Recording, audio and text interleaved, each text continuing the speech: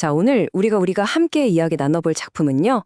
바로 피에르 파올로 파솔리니 감독의 1964년 영화 마태복음입니다. 정말 많은 예수 영화들이 있잖아요. 그런데 그중에서도 이 영화가 유독 왜 가장 충실하면서도 가장 파격적이다 이런 평가를 받는지 그 이유를 한번 깊이 들여다보려고 합니다.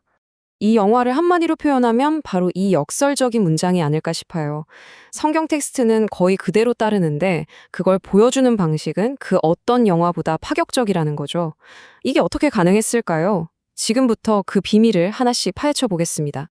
우선 파솔리니 감독이 도대체 어떤 비전을 가지고 이 영화에 접근했는지를 좀 이해할 필요가 있습니다. 그의 아주 독특한 연출 방식이 이 오래된 이야기를 어떻게 완전히 새롭게 만들어냈는지 한번 보시죠. 이 지점에서 감독의 선택이 정말 흥미롭습니다. 뭐랄까 일종의 헌사였는데요. 요한 23세 교황을 기리면서 놀랍게도 전문 배우를 한 명도 쓰지 않았어요. 대신에 이탈리아 남부의 가난한 농부나 평범한 시민들을 그냥 카메라 앞에 세운 거죠. 그래서 영화를 보면 화려한 기적 같은 건 별로 없어요. 대신에 하느님의 말씀 그 자체가 가진 날카로운 힘에 완전히 집중합니다. 그 결과 우리가 보게 되는 건 미화된 성인이 아니라 정말 너무나 사실적이고 현실적인 예수의 모습인 거죠. 자, 이제 영화는 그 핵심 메시지로 그리고 그의 흐름을 완전히 바꾸는 가장 중요한 전환점으로 우리를 데려갑니다. 바로 이 장면, 산상설교입니다. 이 순간을 기점으로 예수의 정체성이 확 바뀌어요. 그냥 병을 고쳐주는 치유자를 넘어서서 가난하고 억압받는 사람들을 위한 새로운 질서를 선보하는 말 그대로 영적 혁명가로서의 모습을 뚜렷하게 보여주기 시작합니다. 그리고 그 혁명적인 선포의 첫 마디가 바로 이것입니다. 행복하여라, 마음이 가난한 사람들. 이 한 문장이 사실 영화 전체를 꿰뚫는 핵심 메시지라고 할 수 있어요. 세상의 기준으로는 아무것도 가지지 못한 이들에게 주어지는 가장 큰 위로이자 약속인 거죠. 여기서 우리는 아주 중요한 질문과 마주하게 됩니다. 아니, 왜 세상의 부유함이 아니라 마음의 가난함이 복의 조건이 되는 걸까요? 그리고 그게 오늘을 사는 우리에게는 도대체 어떤 의미일까요? 영화는 이 질문을 우리 각자의 삶에 툭 던져놓습니다. 그리고 그 질문에 대한 궁극적인 답이 바로 이 약속간에 담겨 있다고 볼 수 있습니다. 삶의 무게 때문에 힘들어하는 모든 이들에게 예수가 정말로 주고 싶었던 것은 더 무거운 율법이나 규칙이 아니었던 거죠. 바로 사랑 안에서 주어지는 궁극적인 위로와 안식이었습니다. 그런데요, 이 영화가 보여주는 신앙의 길이 마냥 평화롭고 안락하기만 한 건 아닙니다.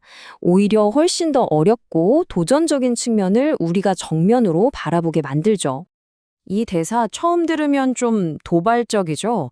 평화가 아니라 칼을 주러 왔다니? 물론 여기서 말하는 칼이 진짜 폭력을 의미하는 건 아닙니다. 그보다는 세상의 불의나 거짓에 맞서서 진리를 선택해야만 하는 그런 내적인 결단과 투쟁을 상징하는 거죠. 그러니까 신앙이라는 게 그냥 편안하게 안주하는 게 아니라 때로는 아주 치열한 싸움이라는 걸 보여주는 대목입니다.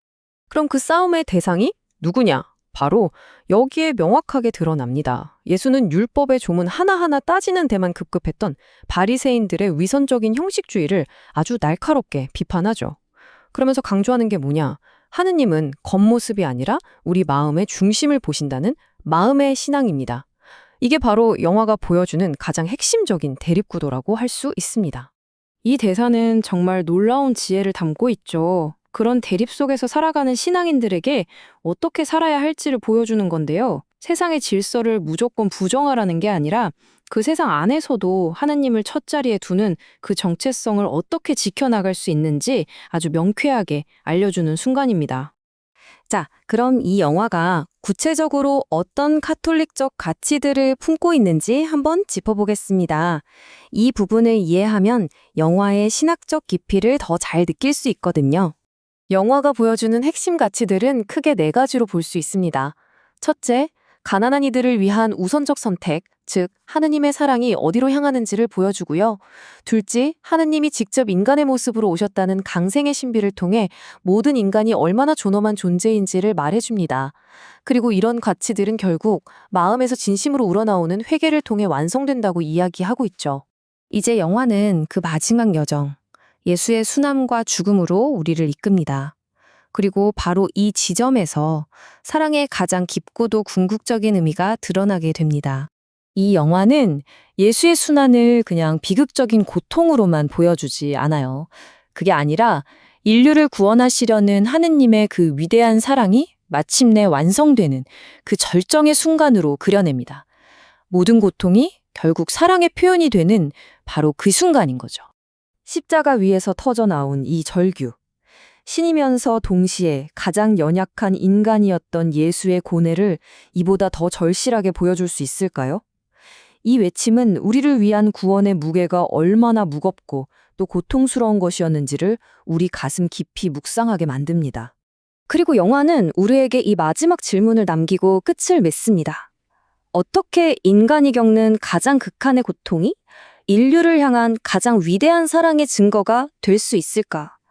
이 묵직한 질문에 대한 답을 각자 찾아가는 그 여정이야말로 영화 마태복음이 우리에게 선사하는 가장 깊은 울림이 아닐까 생각합니다.